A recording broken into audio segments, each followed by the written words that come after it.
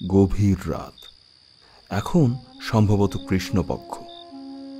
বাইরে ঘুটঘুটে অন্ধকার, কেমন একটা ভ্যাপসা গরম চারদিকে।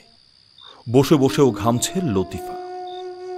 চারপাশে একটা গাছের ডালপাতাও নড়ছে না, ঝড় তুফান হবে মনে হয়। একটা কুপি জ্বালিয়ে বসে আছে লতিফা ঘরের দাওয়ায়। আজ অনেক রাত হয়ে গেল।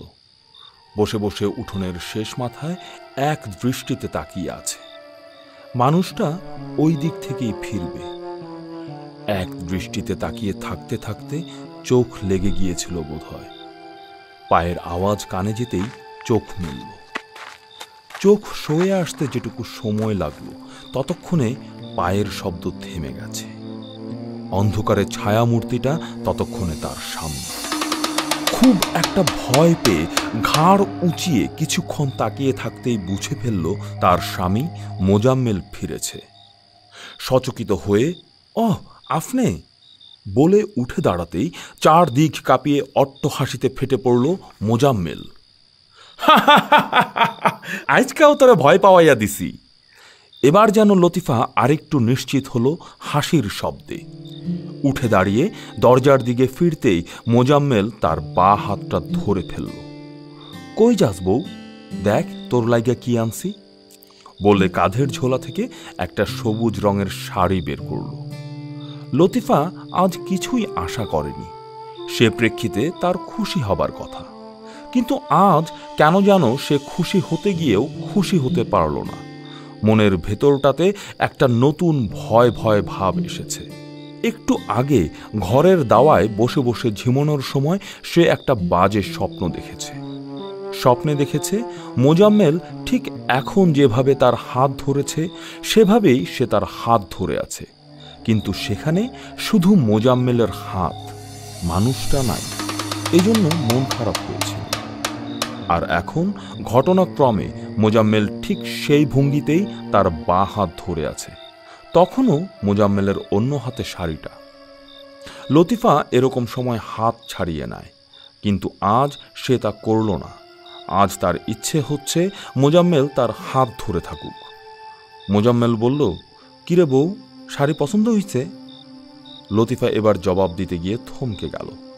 এই মধ্যরাতে ঘরের পূর্ব পাশের গাছটার একটা ডাল যেন ঝমঝম করে নড়ে উঠল। সাথে সাথে বেশ কটা পাখি কিচিরমিচির করে উঠল।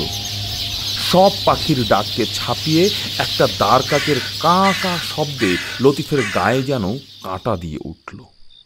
লতিফা চমকে গিয়ে মোজাম্মেলকে জড়িয়ে ধরতেই মোজাম্মেল আবার হো হো করে হাসতে লাগলো। তুই এত ডরাস কেন? মোজাম্মেল হাসি থামিয়ে জিজ্ঞেস করল। আপনি বুঝবেন না। নিজেকে ছাড়িয়ে নিতে নিতে লতিফা জবাব দিল, চল ভাত দে, খিদা লাগছে বলে মোজাম্মেল ঘরের দিকে এগোলো। আপনি হাত মুখ ধুয়ে আসেন আগে। যাই বলে কাঁধের বোঁচকাটা এগিয়ে দিল লতিফার দিকে। লতিফা ঘরে গিয়ে বোঁচকাটা চৌকির এক পাশে রেখে মাটিতে পেতে রাখা মাদুরে বসে পড়ল। মাদুরের রাতের খাবারটা ঢেকে রাখাই ছিল। মোজাম্মেল হাত মুখ ধুয়ে এসেই মাদুরে বসে পড়ল। কোনো কথা না বলেই খাওয়া শুরু করল। মানুষটার খিদে পেয়েছিল। লতিফা এক মনে স্বামীর খাওয়া দেখতে লাগল। মোজাম্মেলের বয়স 40 পেরিয়েছে। দেরি করে বিয়ে করেছে। কোথায় কোথায় ঘুরে বেড়াতো। সংসার বিভাগী মানুষ। ঘর সংসারের দিকে মন ফেরাতে বিয়ে করিয়ে দেয়া হয়েছিল। গায়ের রং শ্যামলা, চোখ দুটো একটু বড় বড়, উঁচু চওড়া কপাল, ঘাড় অবধি বাবরি চুল। মাথা নিচু করে লোকমা মুখে তোলার সময় কিছু চুল সামনে এসে পড়ে, আবার মাথা সোজা করলেই সেগুলো পেছনে সরে যায়। কুপির আলোর একটা রহস্যময়তা আছে। সে আলোটা নড়ে চড়ে। এতে সামনের দৃশ্যপটে আলো ছায়ার খেলাটা অদ্ভুত লাগে। লতিফার এ দৃশ্যটা খুব ভালো লাগে। কয়েক লোকমা ভাত মুখে দেওয়ার পর মোজাম্মেল ওর দিকে না তাকিয়েই বলল, তুই কি আমারে দেখতেই থাকবি? খাওন শুরু কর। প্রতিদিন এই কথাটা শুনে লতিফা।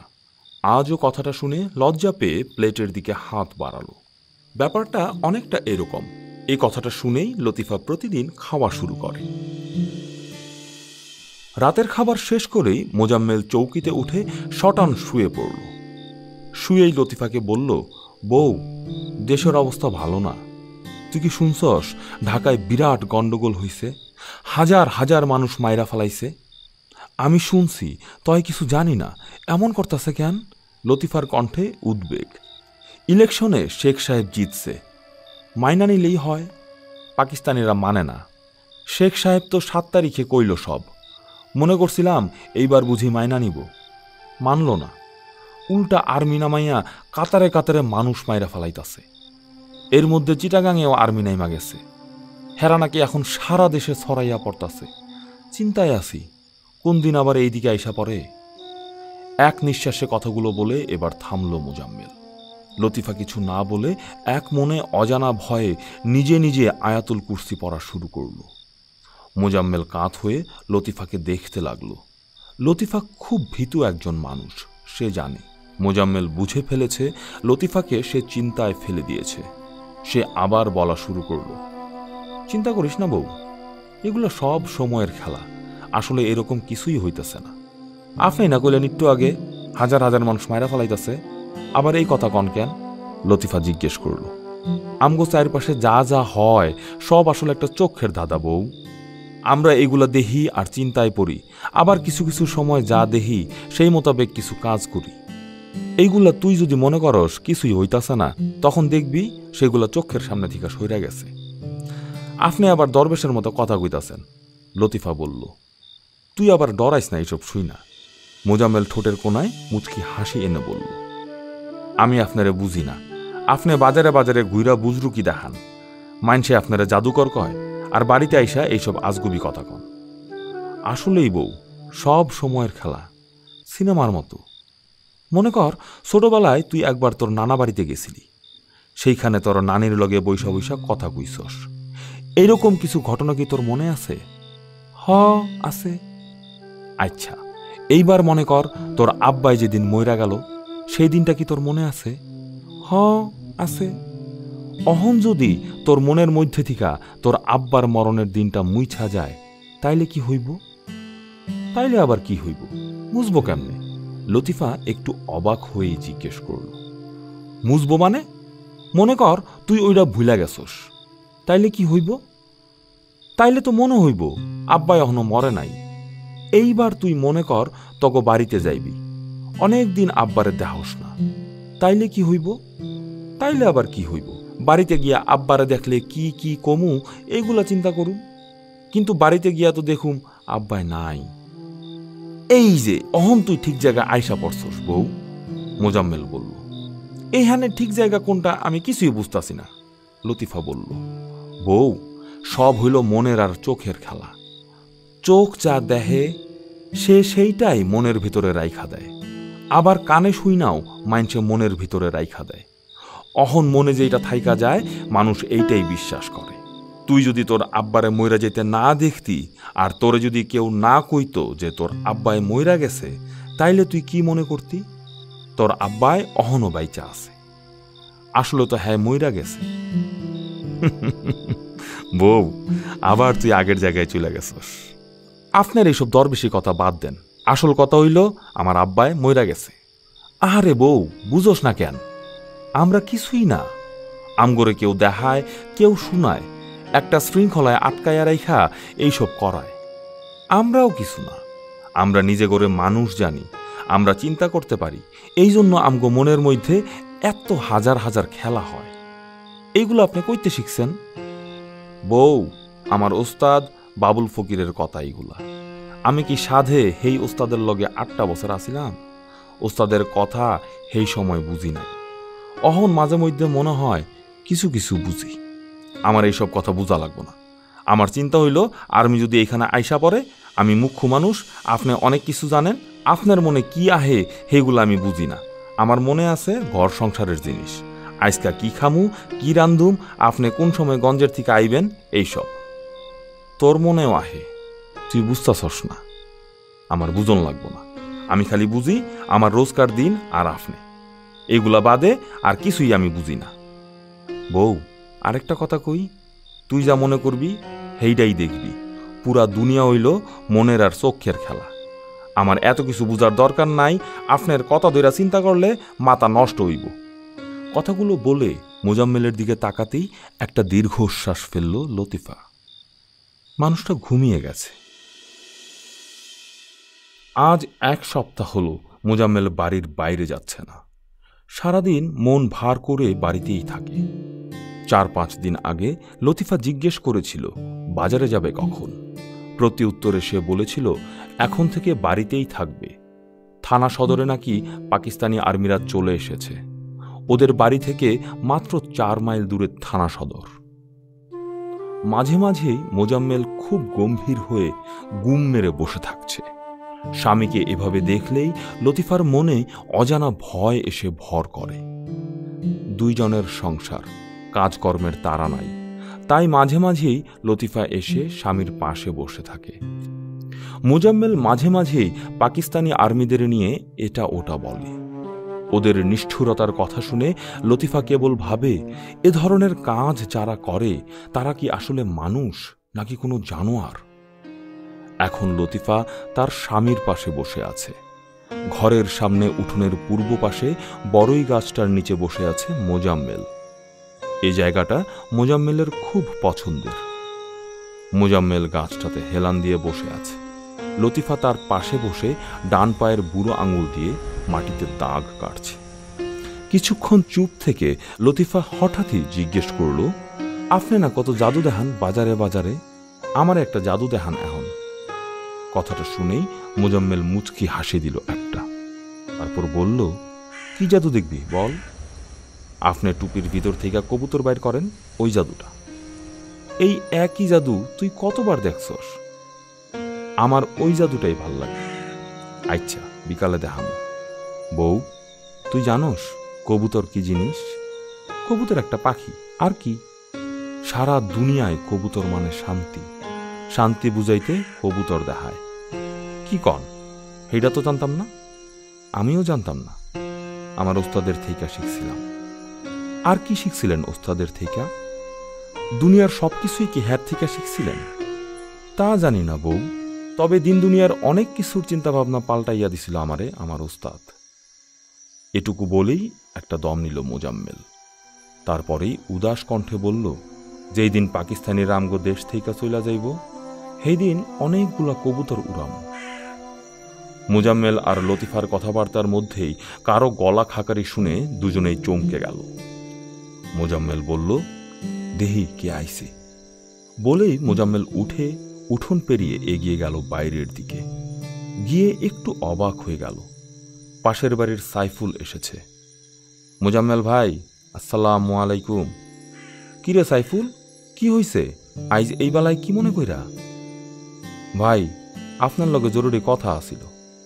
বাড়ির ভিতরায় বলেই দুজনে উঠোনের দিকে এগিয়ে গেল। উঠোনে গিয়ে দাঁড়াতেই লতিফাকে ডেকে বলল, বউ, চা বানা। লতিফা উঠে রান্নাঘরের দিকে এগিয়ে গেল। ঘরের দাওয়ায় দুজনে পাশাপাশি বসতেই সাইফুল কথা শুরু করল। ভাই, দেশের অবস্থা তো দেখলেন, আমরা তো বইসা থাকতে পারি না। আমরা আর কি করতে পারু? আমগো অস্ত্র শস্ত্র নাই, সেইগুলো আমরা চালাইতেও পারি না। সেই জন্যই তো আপনার কাছে আইছি মোজাম্মেল ভাই। আমি কি করতে পারি বল ভাই? ভাই, আপনি জাদু দেখাইয়া বেড়ান। আপনি এই জন্য আমগো মধ্যে সবচেয়ে বেশি বুদ্ধি রাখেন। কি চাস তুই? ভাই, কোনো একটা বুদ্ধি বাইর করেন। তোর মাথা খারাপ হইছে? আমি এমনি জাদু দেখাইয়া বেড়াই, আমি কি বুদ্ধি দিব? ভাই, অহন মস্করা করেন না। জাদু দেখান আর যাই করেন, অনেক কিছু নিয়েই আপনার জ্ঞান আমগতিকা অনেক বেশি। আপনি অনেক কিছুই জানেন। আপনি যা জানেন তার কিছুই আমরা জানি না। আর কেউ না জানুক, আমি তো জানি। আমি তো ছোট থেকেই আপনারে চিনি ভাই। আমি চিন্তা করে দেখি, থানা সদরে ওরা যেখানে থাকে সেইটার সম্পর্কে আরো ভালো করে খবর নেই। যত বেশি জানবি শত্রু নিয়া, তত সোজা হইব ওদের নিয়া যে কোনো কিছু করার। আর থানার ক্যাম্পের সবাইরে নিয়া চিন্তা করে লাভ নাই। 4-5 জন লইয়া চিন্তা কর, তাইলেই হইব। ঠিক আছে ভাই, আমরা লোক লাগাইয়া রাখছি খোঁজ খবরের লেগা। আমি রাইতে আবার আমু ভাই। লতিফাকে চা নিয়ে আসতে দেখে দুজনেই প্রসঙ্গ পাল্টাল। সেদিন বিকেলবেলা ঘরের দাওয়ায় বসে আছে লতিফা। তার একটু সামনে উঠোনে দাঁড়িয়ে মোজাম্মেল। হাঁটু অবধি লম্বা একটা আলখাল্লা পড়েছে, মাথায় একটা সাহেবি টুপি। মাথা থেকে টুপিটা খুলে ডান হাতে উল্টো করে ধরেছে।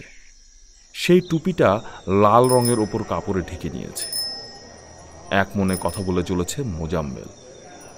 ভাইরা আমার, আপনারা দুনিয়ায় বহুত কিছু দেখছেন, বহুত জায়গায় গেছেন।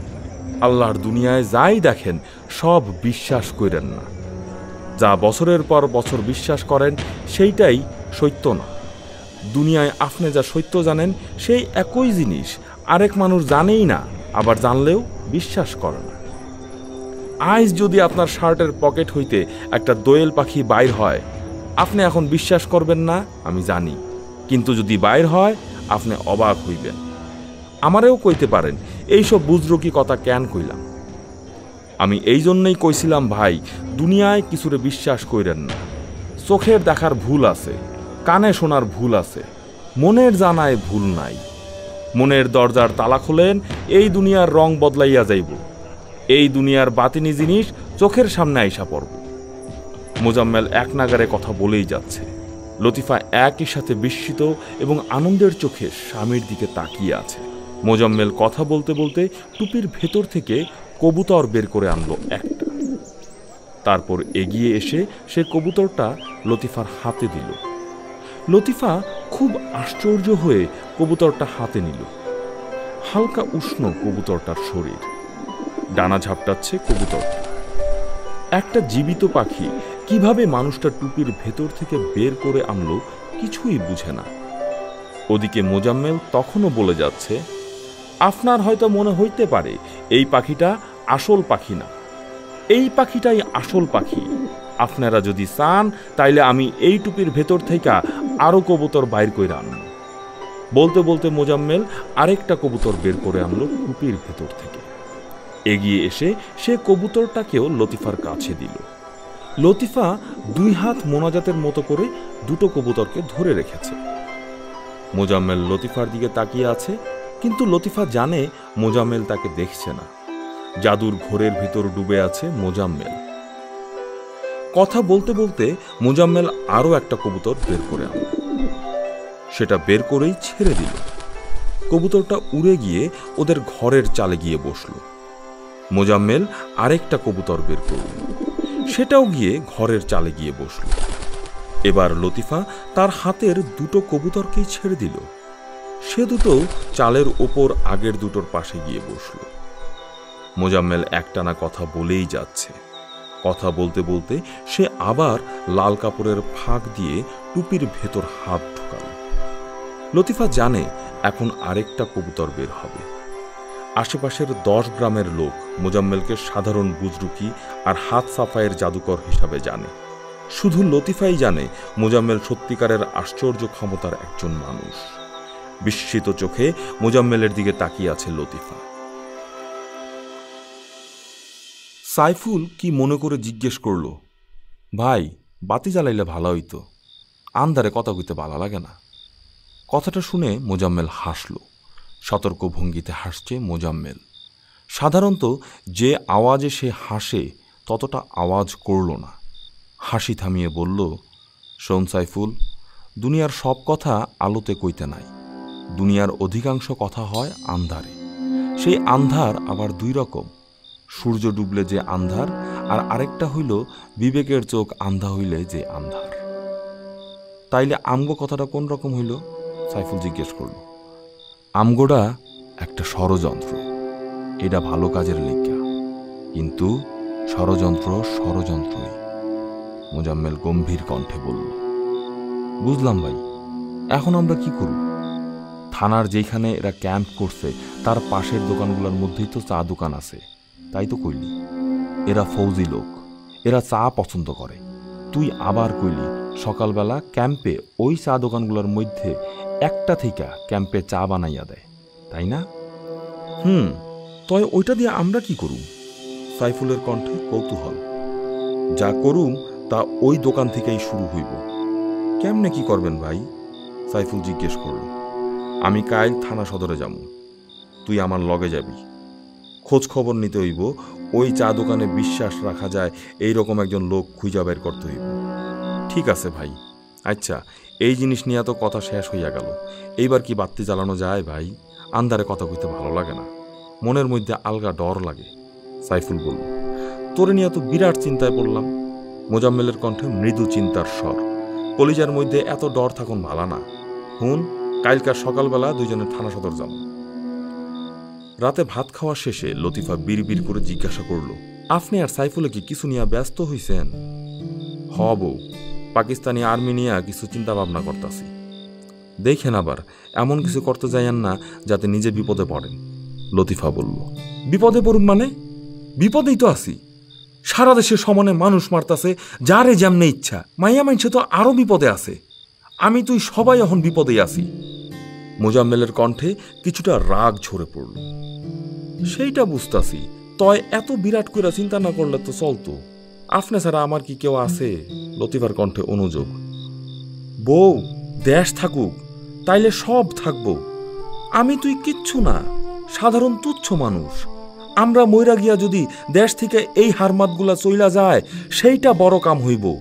অহন কথা না কইয়া ঘুমাইতে যা। কথাটা বলেই মোজাম্মেল পাশ ফিরে শুল। মোজাম্মেলের পিঠের দিকে এক মনে তাকিয়ে রইল লতিফা। স্বামীর কথাটা সে বুঝতে পেরেছে, তবুও মন খারাপের একটা ঢেউ এসে বুকের ভেতর যেন কড়া নাড়ল।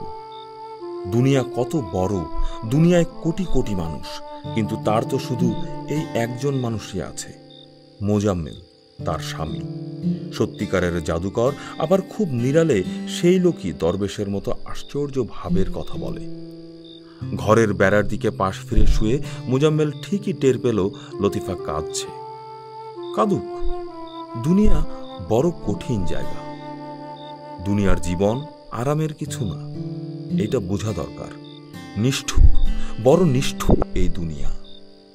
গত কিছুদিন ধরে ভেবে ভেবে শেষে ঠিক করেছে তার জীবনের একটাই কাজ, এই দেশ থেকে পাকিস্তানিদের বিদায় করা। এই দেশ স্বাধীন হবে, এই দেশ তার নিজের হবে। তাদের গ্রামগঞ্জেও বড়লোকেরা উর্দুতে মাঝে মাঝে কথা বলে। এই দেশে উর্দু থাকবে না। এই দেশে যারা থাকবে তারা শুধু বাংলায় কথা বলবে, বাংলায় হাসবে, বাংলায় কাঁদবে, বাংলায় চিন্তা করবে। এই দেশে পাকিস্তানিরা সমানে মানুষ মেরে যাচ্ছে, মা বোনদের ইজ্জত লুটে যাচ্ছে। বিভিন্ন জায়গায় মুক্তিবাহিনীর ছেলেপুলেরা বিচ্ছিন্নভাবে লড়াই শুরু করেছে। ওদের এদিকেও এর মধ্যে মুক্তিবাহিনীর ছেলেরা শুনেছে, এসে গেছে। তবে এখনও ওদের কোনো কাজকর্ম দেখা যায়নি। তবে সাইফুল কথায় কথায় একবার বলেছে ওর সাথে নাকি মুক্তিবাহিনীর ছেলেদের কার কার সাথে যোগাযোগ হয়েছে। সাইফুলকে এরপর বারবার জিজ্ঞেস করলেও সাইফুল কিছু বলেনি। মোজাম্মেলের বরং মনে হচ্ছে সাইফুল তার সাথে যে আলোচনাগুলো করছে সেগুলো বড় কোনো ঘটনার ছোট অংশ। তার নিজের মধ্যে হালকা একটা চিন্তা হলো, কি হতে পারে ভাবতেই মোজাম্মেলের ঠোঁটের কোণে একটা হালকা হাসি ফুটে উঠল। একবার মনে হলো জোরে হেসে উঠবে। কি মনে করে হাসিটা সংবরণ করল মোজাম্মেল। সে এখনও টের পাচ্ছে লতিফা তার পাশে তার পিঠের দিকে ফিরে ফুপিয়ে কাঁদছে। একটা কিছু বলা দরকার লতিফাকে। লতিফাকে এখন থেকেই বোঝানো দরকার জাগতিক মায়া মমতার ঊর্ধ্বে চলে যেতে হবে তাকে। লতিফাকে খুব শীঘ্রই জানানো দরকার। ভাবতে ভাবতে ঘুমিয়ে পড়ল মোজাম্মেল। একটা অদ্ভুত স্বপ্ন দেখে শেষ রাতের দিকে ঘুম ভেঙে গেল তার। একটা অন্যরকম আলোকিত জায়গায় সে বসে আছে। তার সামনে তার ওস্তাদ বাবুল শেখ বসে আছে। ওস্তাদ তাকে বলছেন, তোরে যে কাজে যেতে বলেছি সে কাজ না করে তুই হাটে বাজারে জাদু দেখায় বেড়ালি। মোজাম্মেল মুখ ভার করে বলল, ওস্তাদ, যেই জায়গায় রাই খাইলেন সেইখানে পরতে পরতে মায়া। দুনিয়ায় থাইকা আল্লাহর রাস্তায় মন রাখা বড় কঠিন। তুই তো পারতি, সেই বিশ্বাস আমার ছিল।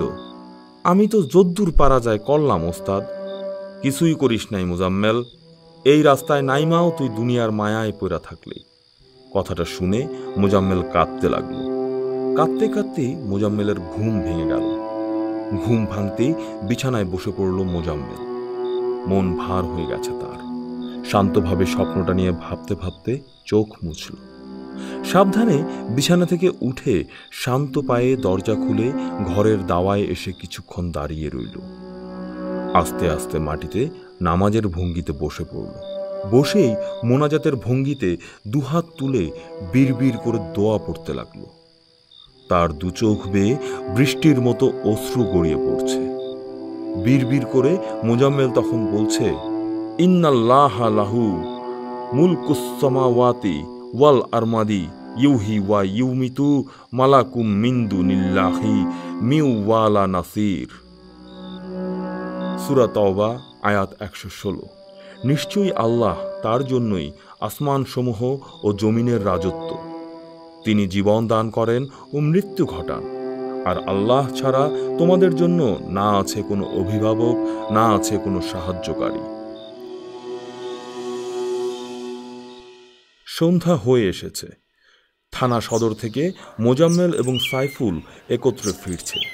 মাত্র তো মাইল চারেক, বেশি সময় লাগবে না। মোজাম্মেলের মুখ থমথমে। সে সাইফুলের ওপর কিছুটা রাগ হয়ে আছে। কিছুক্ষণ আগে সাইফুল তাকে একটা নতুন তথ্য দিল। সেটা শোনার পর থেকেই মোজাম্মেলের মুখ ভার হয়ে আছে। থানা সদরে পাকিস্তানিদের ক্যাম্পের পাশের চা দোকানদারের সাথে কথা হয়েছে। লোকটা প্রথমে রাজি হচ্ছিল না। সাইফুল এজন্য যখন তাকে রাজাকার বলে ফেলল এবং এও বলল যে এলাকায় জানিয়ে দেবে সে পাকিস্তানিদের ক্যাম্পে খাবার যোগান দেয়, এসব শুনে লোকটা শেষে রাজি হয়ে গেল।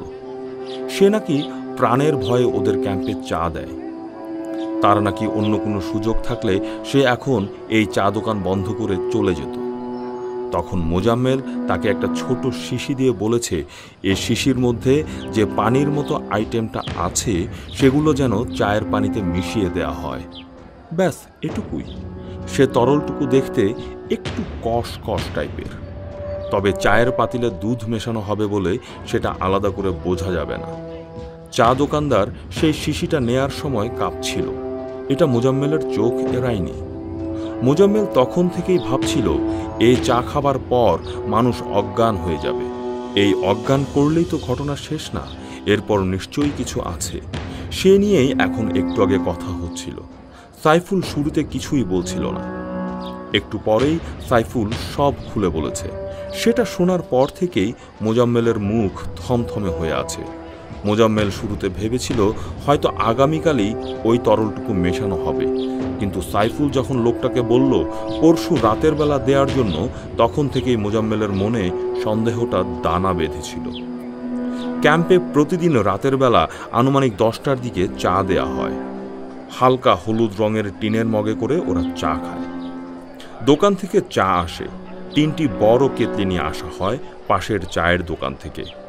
সাইফুল একটু আগেই মোজাম্মেলকে বলেছে চা দেওয়ার ঘণ্টা 3 পর ওই ক্যাম্পে মুক্তিবাহিনীর ছেলেরা আক্রমণ করবে। মোজাম্মেল তখন থেকেই চিন্তায় পড়েছে। এই এলাকায় পাকিস্তানিরা আসার পর এখনও রুটিন মাফিক টহল দিয়ে বেড়াচ্ছে। এই এলাকায় এখনও তারা কোনো নৃশংসতা করেনি। এখানে ক্যাম্পে আক্রমণ হলে ওরা তো এই এলাকা ছাড়খাড় করে দেবে। সেটা ভেবেই মোজাম্মেল মনের মধ্যে অস্থির বোধ করছে। সাইফুল শুধু বলেছে, ভাই আজ পর্যন্ত করে নাই, এর মানে এই না যে ওরা আগামীকাল কিছু করবে না। এ কথা শোনার পর মোজাম্মেল একটা কথাও বলেনি। তার মাথার ভেতর হাজার ভাবনা এসে গেছে। এলাকায় এত মানুষ, পাকিস্তানি আর্মি যে পরে কি করবে, মানুষের তো জানমালের ক্ষতি হবে, সেটা ভেবেই তার মন খারাপ হচ্ছে। বাড়ি এসে লতিফা তখনও শুকনো মুখে পথ চেয়ে বসে আছে। মোজাম্মেলের মুখ ভার দেখে কিছু জিজ্ঞেস করতে গিয়ে করল না লতিফা, শুধু বলল, হাত মুখ ধুইয়া খাইতে আসেন। সকাল থেকে সাইফুলকে দেখা গেল না কোথাও। সারাদিন এলাকায় দেখা যায়নি। হয়তো সাইফুলের বাড়ি ছাড়া শুধু মোজাম্মেলে সেটা টের পেয়েছে। মোজাম্মেলের মনের ভেতর ঝড় বয়ে যাচ্ছে। রাতে লতিফা ঘুমিয়ে পড়লে মোজাম্মেল চুপচাপ ঘরের দাওয়ায় মাদুর পেতে বসল। নামাজের আসনে 2 চোখ বন্ধ করে বসে বিড়বিড় করে আল্লাহকে ডাকা শুরু করল। আজ তার আল্লাহর সাহায্য দরকার। এই বিশাল পৃথিবীর একজন ক্ষুদ্র বান্দা হিসেবে বিশ্ব ব্রহ্মাণ্ডের অধীশ্বরের কাছে তার প্রার্থনা শুনবেন কিনা বলা মুশকিল হবে হয়তো, তবে মুজাম্মেল ঠিকই জানে আল্লাহ নিশ্চয়ই তার কথা শুনবেন। একটা গাছের পাতা ঝরে পড়া সম্পর্কেও যিনি অবগত, তিনি নিশ্চয়ই আজ মুজাম্মেলের কথা শুনবেন। হে আল্লাহ, আমাদের তুমি রক্ষা করো। তুমি ছাড়া আমাদের আর কেউ নাই। একমাত্র তুমিই আমাদের এই জনপদকে ওই হানাদারদের হাত থেকে রক্ষা করতে পারো। মুজাম্মেল বিড়বিড় করে বলেই যাচ্ছে, আর তার দু চোখ বেয়ে অশ্রু গড়িয়ে পড়ছে। পরদিন রাতে পুরো এলাকার ইতিহাস পাল্টে গেল। সেই চা দোকানদার সারাটা দিন নিজের সাথে যুদ্ধ করেছে। বিকেলের দিকে ভয়ে তার গা গুলাতে লাগল। তবু নিজের সাথে অনেকক্ষণ যুদ্ধ করে শেষমেশ মনে মনে ঠিক করেছে, যা হবার হবে। জীবনে একবার একটা সুযোগ আসছে দেশের জন্য কিছু করার। এটা ভেবে সে তার পরিবারকে বিকেলেই বাড়ি থেকে অন্য জায়গায় পাঠিয়ে দিয়েছে। সন্ধ্যার দিকেই সে দোকানে এসে বসে রইল। সাইফুল সারা দিন ধরে ব্যস্ত রইল। বিভিন্ন জায়গা থেকে মুক্তিযোদ্ধারা 2-3 করে সারাদিন ধরে এলাকায় এসে হাজির হয়েছে। ওদেরকে বিভিন্ন জায়গায় রাখছে সাইফুল। সবাই রাত 2টোর দিকে এক জায়গায় হবে। সেখান থেকে তারা অ্যাকশনে যাবে। এর মধ্যে সাইফুল পাকিস্তানিদের ক্যাম্পের একটা নকশা এঁকে দিয়েছে। দুপুরে আসা 3 জনের একটা ছোট গ্রুপের কাছে সেটা দিয়ে দিয়েছে। মোজাম্মেল সারাটা দিন বাড়িতে চুপ করে বসে রইল। আগের রাতটাতে ঘুমায়নি, এক মনে বসে থেকেছে। লতিফা একবার টের পেয়ে চুপিসারে পেছন থেকে দেখে চুপচাপ বিছানায় ফিরে গেছে। সে খুব ভালো করে জানে মোজাম্মেল কোনো কারণে মনে মনে ভালো নাই। আজও সাইফুল এলাকায় নাই। মোজাম্মেল সন্ধ্যায় চুপচাপ বাড়ি থেকে বেরিয়ে গেল। খুব চিন্তাক্লিষ্ট মুখে থানা সদরের দিকে হাঁটা ধরল। সন্ধ্যা 7:30টার একটু পরেই ক্যাম্পের পাশের চা দোকানে গিয়ে পৌঁছাল। দোকানে বসে 1 কাপ চা চাইল। চায়ে চুমুক দেওয়া শুরু করতেই ভোজবাজির মতো সাইফুল এসে হাজির। একই টেবিলে মুখোমুখি বসেই জিজ্ঞেস করল, ভাই, আপনি এখানে কেমনে? কিছু না, আমি অনেক চিন্তাভাবনা কইরা কোনো কুল কিনারা পাইলাম না। মনটা অস্থির হইয়া আছে, তাই বাড়ি থেকে বাইরিয়া এইখানে চলে আসলাম। আপনি কি চান ভাই? আমরা কি তাহলে এই কাজ করুন না? এইটা ছাড়া তো আমাকে কোনো উপায়ও নাই। ধৈর্য ধর সাইফুল, আল্লাহর খেলা বুঝবি না, দেখ না কি হয়, একটু ধৈর্য ধর। কথাটা শুনে সাইফুল একটু অবাক হয়ে গেল।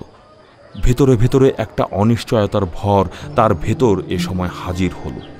সে বলল, ভাই বলেন তো কি হইব?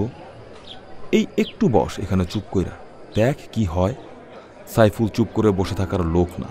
সে এখানেই অপেক্ষা করবে বলে সেও 1 কাপ চা চাইল। একটু পরেই রাস্তার ওপারে পাকিস্তানিদের ক্যাম্পে আচমকা একটা চাঞ্চল্য দেখা গেল। সাইফুল আর চোখে মোজাম্মেলের দিকে তাকালো। মোজাম্মেল এক মনে চায়ের কাপের দিকে তাকিয়ে মুচকি হাসছে। মোজাম্মেলের মুখের শীতল মুচকি হাসিটা দেখে সাইফুলের মনে হলো মোজাম্মেল ভাই আগাম জানেন কি হতে যাচ্ছে। লোকটার মধ্যে আর কিছু আছে, ভাবল সাইফুল। এদিকে চা দোকানদার কি মনে করে ওদের টেবিলে এসে আস্তে আস্তে জিজ্ঞেস করল, ভাই ওষুধটা মিশাইয়া চা বানানো শুরু করুন? মোজাম্মেলের মুখে তখনও মুচকি হাসি, প্রায় শোনা যায় না অমন স্বরে শুধু বলল, থাক, দরকার হইব না, একটু ধৈর্য ধর, দেখ কি হইতে যাইতেছে। চাওয়ালা কিছু না বলে চুপচাপ চলে গেল। এদিকে সাইফুল দেখতে পাচ্ছে ক্যাম্পের সকল সৈনিক পোশাক পরে ক্যাম্পের মধ্যে 3 সারিতে দাঁড়িয়েছে। ক্যাম্পে থাকা আর্মির জিপগুলো সারি সারি হয়ে ক্যাম্পের সামনের রাস্তায় দাঁড়িয়েছে। ক্যাম্পের ভেতরে ক্যাম্প কমান্ডার জমায়েত হওয়া সৈনিকদের উদ্দেশ্যে কি যেন বলে যাচ্ছে। সাইফুল আবার মোজাম্মেলের দিকে তাকাল। দেখল মোজাম্মেল তার দিকে তাকিয়ে আছে। চোখে চোখ পড়তেই মোজাম্মেল বলল, এরা এখন এই এলাকা থেকে চলে যাব, আগামী 2 মাস আর আসব না। সাইফুল কোনো জবাব দিল না। সে চোখের সামনে সব দেখতে পাচ্ছে। একে একে ক্যাম্পের সব লোক অপেক্ষমান গাড়িতে উঠে যাচ্ছে। একটা সৈনিক এসে চায়ের দোকানিকে টাকা দিল। দোকানদার টাকা নিতে কিছুটা ইতস্তত বোধ করলেও শেষে টাকাটা নিল। সে সৈনিকটাই আবার দোকানদারকে কথায় কথায় বলল তারা জেলা সদরে চলে যাচ্ছে, সেখানে নাকি কি সমস্যা হয়েছে, তাদের এখনই চলে যাবার অর্ডার এসেছে। সাইফুলও কথাটা শুনতে পেল। কথাটা শুনেই সে মোজাম্মেলের দিকে তাকালো। মোজাম্মেল কিছু না বলে আরেক কাপ চায়ের অর্ডার দিল। পুনশ্চ ঘটনাটা এখানেই শেষ হতে পারত, কিন্তু হয়নি। এ ঘটনার আনুমানিক মাস চারেক পর পাকিস্তানি আর্মির একটা ছোট দল এসে হাজির হল মোজাম্মেলের বাড়ি। সে রাতটা ছিল পূর্ণিমার রাত। বাড়িতে ঢুকেই মোজাম্মেল আর লতিফাকে ঘর থেকে বেরিয়ে উঠোনে এসে দাঁড়াতে বলল। তারা দুজনেই উঠোনে আসতে আসতে দুইজন পাকিস্তানি এগিয়ে গিয়ে ওদের ঘরটাতে আগুন ধরিয়ে দিল। লতিফা চিৎকার করে দোয়া দরুদ করতে লাগল। মোজাম্মেল নির্বিকার চেহারা নিয়ে আগুনের দিকে তাকিয়ে রইল। পাকিস্তানিগুলোর মধ্যে কমান্ডার গোছের একটা লোক এসে হাতের টর্চের আলো ফেলল লতিফার দিকে। লতিফার মুখে আলো পড়তেই লোকটা বিশ্রী ধরনের একটা বাজে কথা বলল। লতিফার মুখে তীব্র আতঙ্ক। মোজাম্মেল এবার নির্বিকার গলায় শুধু বলল, টর্চ বন্ধ করো। মোজাম্মেল বুঝে শুনেই বাংলায় বলল। সে জানে এদের মধ্যে বাংলা জানা লোক আছে। কথাটা শুনেই খাকি উর্দি পরা একজন এগিয়ে এসে হাতের রাইফেলের বাট দিয়ে মোজাম্মেলের পেটে একটা গুঁতো দিল। মোজাম্মেল পড়ে যেতে যেতেও নিজেকে সামলে নিল। সে তখনই লক্ষ্য করল লতিফা তার হাত ধরে আছে। মোজাম্মেল সোজা হয়ে দাঁড়িয়ে আবার বলল, আমার বিবির মুখে টর্চ মারবি না। কথাটা শুনে সেই একই লোক শুয়োরের বাচ্চা বলে মোজাম্মেলের দিকে রাইফেল তাক করেই একটা গুলি করে বসল। ঘটনার আকস্মিকতায় লতিফা হতবিহ্বল হয়ে গেল। মোজাম্মেল মাটিতে ছিটকে পড়ে গেল। হাত ধরে রাখায় তার সাথে লতিফাও মাটিতে পড়ে গেল। কিছুক্ষণেই অনেকগুলো গুলির আওয়াজ। গুলিগুলো ওদের শরীরের ওপর দিয়ে যেতে লাগল। কি হচ্ছে বুঝতে সময় লেগে গেল কয়েক মুহূর্ত লতিফার। এর মধ্যেই সাইফুলের গলা শুনেই যেন বাস্তবে ফিরে এলো লতিফা। পাশ ফিরে মোজাম্মেলের দিকে তাকিয়েই তীব্র আর্তনাদ করে উঠল লতিফা। উঠোনে পাকিস্তানি সৈনিকেরা মাটিতে পড়ে কাতরাচ্ছে। মুক্তিযোদ্ধারাও যে এই পাকিস্তানি দলটাকে অনুসরণ করে আসছিল, পাকিস্তানিদের কেউ সেটা আঁচ করতে পারেনি। লতিফার পাশে সাইফুল হাঁটু গেড়ে মাটিতে বসে মোজাম্মেলের মাথাটা তুলে ধরার চেষ্টা করছে। রক্তে ভেসে যাচ্ছে মোজাম্মেলের বুক। ফ্যাঁসফ্যাঁসে গলায় সে শুধু বলল, বউ, তোর মনে আছে একদিন মনে করছিলি তুই আমার হাত ধরে থাকবি, অথচ আমি নাই? কথাটা শুনতেই লতিফা তীব্র শোকের মধ্যেও চমকে উঠল। তার মনে হচ্ছে ঠিক এই দৃশ্যটা যেন আগে কোথাও দেখেছে। আগে দেখবে কিভাবে? তাহলে কি স্বপ্নে দেখেছিল? ঠিক তখন সাইফুল এক হাতে মোজাম্মেলের দুই চোখ বন্ধ করে দিল। উঠোনে পাকিস্তানিরা তখনও কাতরাচ্ছে। মুক্তিবাহিনীর ছেলেরা তাদেরকে টেনে টেনে উঠোনের এক পাশে নিয়ে রাখছে। সারা আকাশ ভেসে যাচ্ছে জ্যোৎস্নার আলোতে। উঠোনে ঘরপোড়া আগুনের আলোর পাশে জ্যোৎস্নার আলো। লতিফা কান্না ভুলে স্বামীর হাত ধরে থাকা নিজের হাতটার দিকে তাকিয়ে আছে। আশ্চর্য আলোতেই নিষ্ঠুরতম ঘটনা ঘটে।